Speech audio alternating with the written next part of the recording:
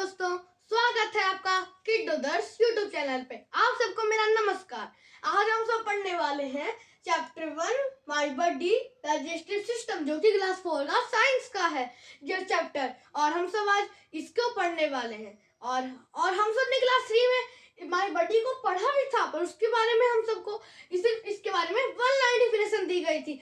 और हम सब आज इसको अच्छी डिटेल में पढ़ेंगे। और हाँ, हम सब जो 3 क्लास में पढ़े थे उसके 2 पॉइंट हम सबको जरूर याद रखने होंगे, जो कि हमारे लिए बहुत जरूरी है। अगर वह नहीं याद रहे तो हम सब इसको नहीं समझ पाएंगे।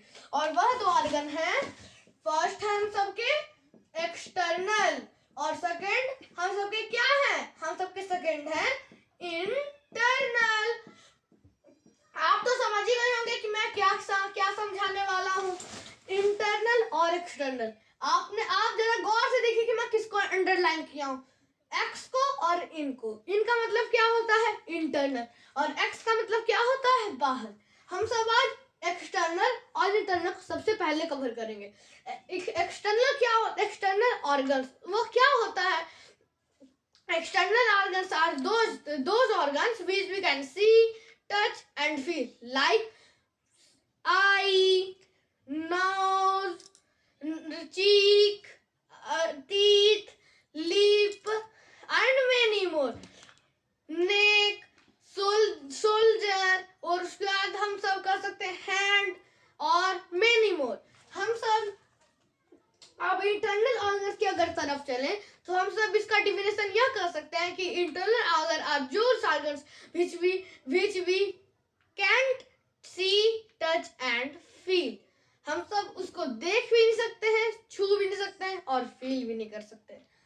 इसका एग्जाम्पल क्या हो सकता है, जैसे कि टंग, उसको हम सब देख सकते हैं नहीं, छू सकते हैं और फील कर सकते हैं, तो इसलिए वो हम सबका इंटरनल ऑर्गन करेंगे। क्योंकि अगर जिसमें तीनों चीज होगा उसको हम सब एक्सटर्नल ऑर्गन्स करेंगे ना, पर ये तो इसमें तीनों चीज तो नहीं हो रहा है, इसलिए हम सब इसको इंटरनल ऑर्गन्स करेंगे। और उसके बाद हम सबका बाइल जूस, जो कि लीवर में से क्रिएट होता है, तो liver, bile juice, small intestine, large intestine, kidney, urinary bladder, उसके बाद many more। हम सब अब come back to the topic which we have to discuss, which is main part of the video। This part is the main part of our video। This is digestive system। हम सब सबसे पहले diagram की help से इसको समझने की कोशिश करेंगे। अगर हो पाया तो ठीक, नहीं हो पाया तो मैं इसको डिफिनेशन से समझा दूंगा आपके लिए। और अगर आपको उसके बाद भी उसमें भी कोई डाउट हो, अगर डाउट भी होता है तो आप उसमें हम सबको मुझे कमेंट कर सकते हैं, मैं उसका ऑनेस्टली रिप्लाई कर दूंगा। हम तो शुरू करते हैं इस डायग्राम से।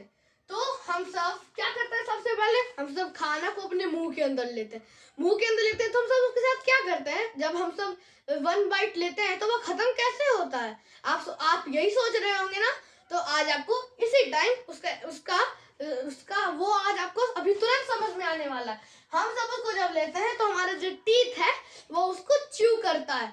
और हम सब का जो देखिए, जो सैलिवरी ग्लैंड, मेरा आपको अच्छे से क्लियरली नहीं दिख पा रहा होगा, पर ये जो सैलिवरी ग्लैंड है वह सलाइवा को सेक्रेट करता है, और उसी सलाइवा के हेल्प से हम सब का फूड एक पेस्ट के रूप में कन्वर्ट हो जाता है। अगर कन्वर्ट नहीं होगा तो हम सब उसको डायरेक्ट कैसे कर पाएंगे, इसलिए वह सबसे पहले ही कन्वर्ट हो जाता है। आप सब इसको प्रैक्टिकली एक एक्टिविटी के रूप में भी करके देखिएगा कि आप जब खाना खा लीजिएगा तो थोड़ा सा खाना को, इतना सा खाना को आप निकाल के देखिएगा जैसा आप खाए थे उससे कितना चेंजिंग होगा उस रूम में, और उसका जब छुइएगा तो देखिएगा चट करेगा।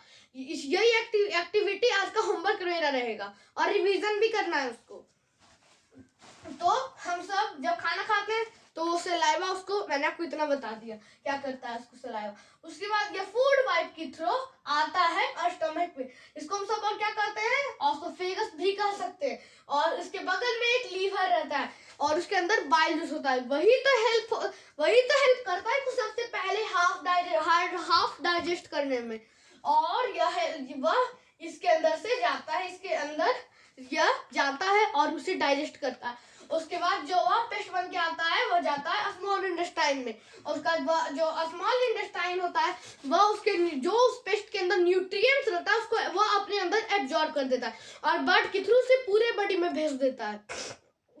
और उसके बाद जो वेस्ट मटेरियल होता है ये आप जो इतने बड़े से देख रहे हैं वो क्या है, वह लार्ज इंटेस्टाइन है और इसी के अंदर वह वेस्ट मटेरियल को डिसेंड कर देता है और यह जो लार्ज इंटेस्टाइन है वह उस वेस्ट मटेरियल के सारे वाटर को एब्जॉर्ब कर लेता है और जो बाकी होता है उसे रेक्टम के अंदर स्टोर होने भेज देता है और जब वह रेक्टम के अंदर स्टोर हो जाता है तो जब हम सबको लगता है कि पॉटी हो जाए, हम सबको पॉटी लगा डायरेक्ट हम सब खाए, हम सबको पॉटी तो नहीं लगा। हाँ, हम सबको लगता है कि हम सब खाए और तुरंत डाइजेस्ट हो गया, हम सबको पॉटी लग गया, पर ऐसा होता नहीं है। हम सब इसके पहले जो खाते हैं वो उस समय से डाइजेस्ट होते रहता है और हम सब उसके डबल लौट देते हैं, तब वहां से हम सबको पॉटी लग जाता है और उस पॉटी को क्या कहते हैं, वेस्ट मटेरियल। उसको आप सब आज से आप यह नोट कर लीजिए कि उस पॉटी को आप सब पॉटी नहीं कहेंगे, उसको आप वेस्ट मटेरियल कहेंगे। which throwing out through the body through the anus। जी हाँ, आपने सही सुना, वह एनस के थ्रू हो जाता है अपने बॉडी में। अब हमने डायग्राम के थ्रू तो इसे समझा, आपको अगर नहीं समझ में आई तो अब मैं इसे डिफिनेशन के थ्रू समझाता हूँ। तो we should have to erase this, so please wait for few seconds।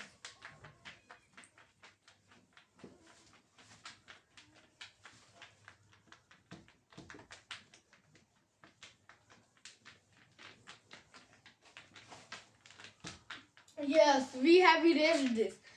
What is the example of digestive system? We can write in first. It is a question. Comment in the comment box. Name the organs. Name the organs that make up the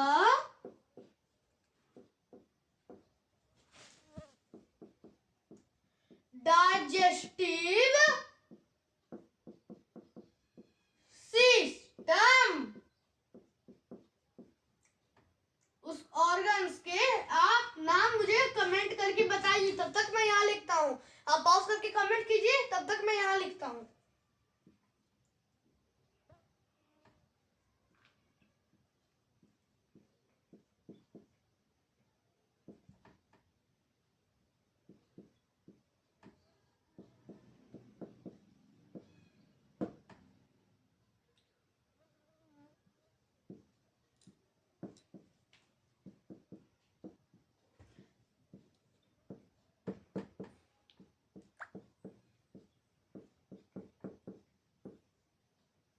ये हो जाता है इसका answer.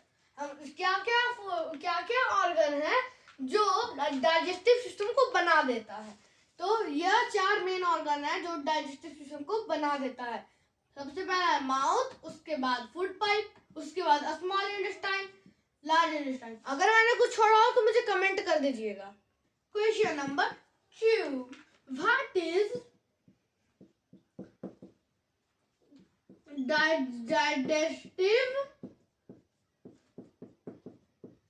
system?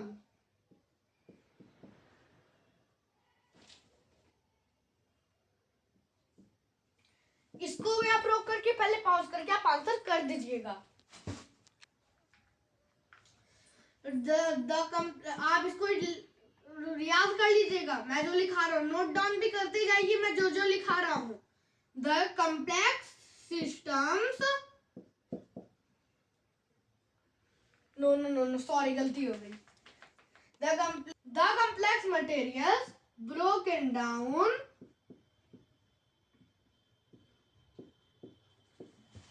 into simpler forms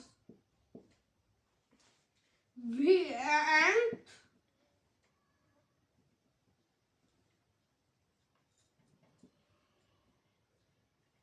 throw out through the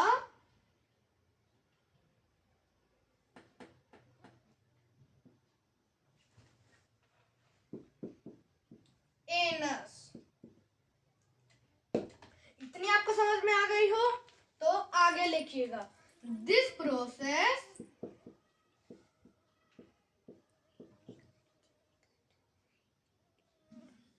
is called digestion.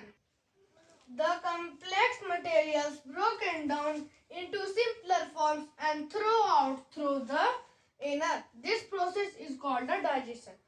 तो आपको आपको यह answer कैसी लगी? आपको ये दोनों क्वेश्चन आपको कैसे लगे?